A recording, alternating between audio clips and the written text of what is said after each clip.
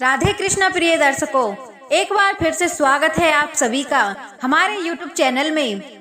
प्रिय दर्शकों, जब आप घोर विपत्ति में हो, घोर संकट में हो, तब आप स्त्री का यह अंग चुपचाप छू लेना। आप तुरंत ही उस विपत्ति से पार हो जाओगे, निकल जाओगे। विपत्ति यूं मानो जैसे छूमंतर हो गई हो। प्रिय दर्शकों, आज की कहानी बहुत ही ज्ञानवर्धक एवं शिक्षाप्रद है। प्रिय दर्शकों, हम आपको बताएंगे कि स्त्री का कौन सा अंग छूने से आप घोर विपत्ति से बाहर निकल सकते हैं। प्रिय दर्शकों, तो बने रहिए कहानी का अंत होने तक। प्रिय दर्शकों, आपने चाणक्य जी का तो नाम सुना ही होगा, जो बड़ी बड़ी नीतियों के रचयिता रहे हैं। उन्होंने इंसान के सुखी होने के कुछ नियम बताए हैं। महान चाणक्य जी, जिनका पृथ्वी पर नहीं पूरे संसार में नाम है, जिन्होंने कैसे एक साधारण मनुष्य को बहुत बड़ा सम्राट बना दिया था अपने बुद्धि बल पर। उन्होंने हमारे ग्रस्त आश्रम को अच्छा रहने के लिए, सुख पूर्वक रहने के लिए कुछ बातें बताई हैं। प्रिय दर्शकों, और भी हमारे धर्म शास्त्रों में मिलती हैं कि इंसान पर घोर विपत्ति आ जाए तो उस समय उसे स्त्री का कौन सा अंग छूना चाहिए जो उसे उस विपत्ति से निकाल सके। प्रिय दर्शकों, आज हम इस वीडियो के माध्यम से आपको यह भी बताएंगे कि हमें कौन सा कार्य करने से सुख फल प्राप्त होता है, अच्छे प्रमाण मिलते हैं और बिगड़े कार्य बन जाते हैं। प्रिय दर्शकों, और ऐसे वो काम हैं जिन्हें करने से स्त्री हो या पुरुष हो, उनके बने बनाए कार्य बिगड़ जाते हैं। उनके घर में कलह संकट दौड़ पड़ते हैं और माता लक्ष्मी घर को हमेशा के लिए छोड़कर चली जाती हैं और उनकी बहन लक्ष्मी दरिद्रता देवी का वास हो जाता है। तो प्रिय दर्शकों, अगर आपने हमारे इस चैनल को अभी तक सब्सक्राइब नहीं किया है तो हम आपसे हाथ जोड़कर निवेदन करते हैं कि हमारे इस चैनल को सब्सक्राइब करके और बेल आइकन को ऑन कर दें और अच्छे कमेंट अवश्य करना। और प्रिय दर्शकों, अगर आपको यह वीडियो पसंद आए तो लाइक शेयर अवश्य कर देना, ताकि प्रिय दर्शकों आपके साथ साथ उन्हें भी यह लाभ मिल सके और वो भी घोर विपत्ति से निकल सके, अपने जीवन को सुख संपन्न बना सके। तो आइए प्रिय दर्शकों, हमें सुबह क्या करना चाहिए और क्या नहीं करना चाहिए, वो हम आपको इस वीडियो के माध्यम से बताते हैं और यह भी बताएंगे कि स्त्री का कौन सा अंग छूने से विपत्ति छूमंतर हो जाती है। सुबह उठने के बाद हमें यह नहीं करना चाहिए। प्रिय दर्शकों, पहला काम है सुबह उठकर हमें अपना मुख शीशे या दर्पण में नहीं देखना चाहिए। इसका प्रभाव हमारे जीवन पर पड़ता है। इसका दुष्ट प्रभाव बड़ा ही कष्टदायक होता है। जो सुबह उठ करके स्त्री हो या पुरुष अपने चेहरे को दर्पण या शीशे में देखता है तो उसके यहाँ नकारात्मक ऊर्जा प्रवेश करती है। और साथ के साथ यह भी बता दे प्रिय दर्शकों कि आपके यहाँ अगर कोई कांच की बोतल टूटी रखी हो या फिर शीशा ही क्यों ना टूटा हो तो उसे उठाकर तुरंत फेंक देना चाहिए, जिससे आपके घर में कभी नकारात्मक ऊर्जाओं का प्रवेश ना हो। यदि हम सुबह उठकर शीशा देखते हैं तो हमारे घर में सकारात्मक ऊर्जा समाप्त हो जाती है और नकारात्मक ऊर्जा उत्पन्न हो जाती है। इसलिए प्रिय दर्शकों, कभी भी किसी को सुबह उठकर अपना मुख दर्पण में नहीं देखना चाहिए। और दूसरा है प्रिय दर्शकों, हमें सुबह उठकर अपनी या किसी और की परछाई नहीं देखनी चाहिए।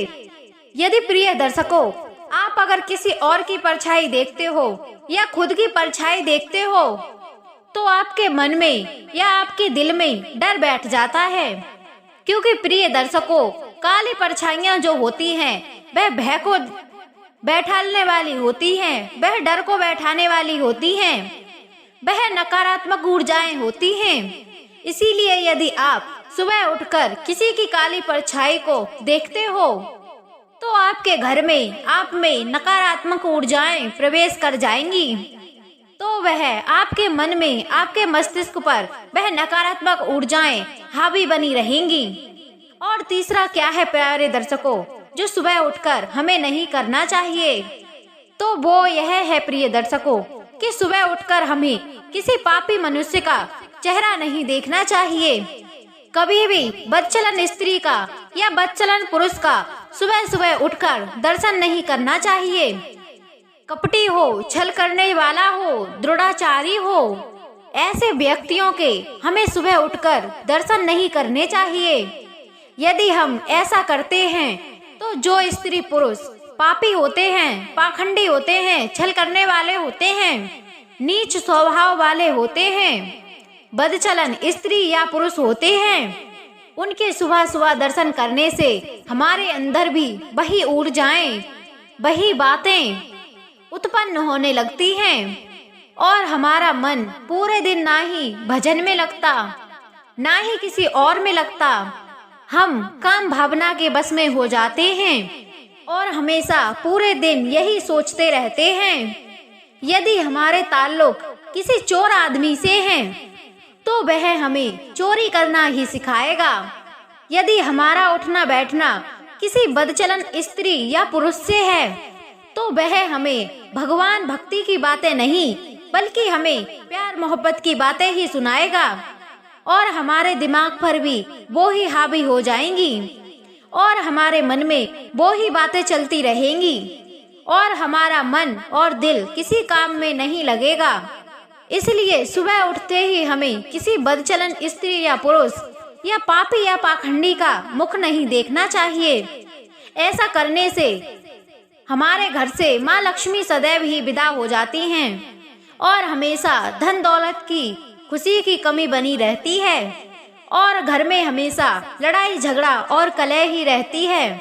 प्रिय दर्शकों, स्त्री का वह कौन सा अंग है जिसे छूने से विपत्ति छूमंतर हो जाती है, हर परेशानी विदा हो जाती है।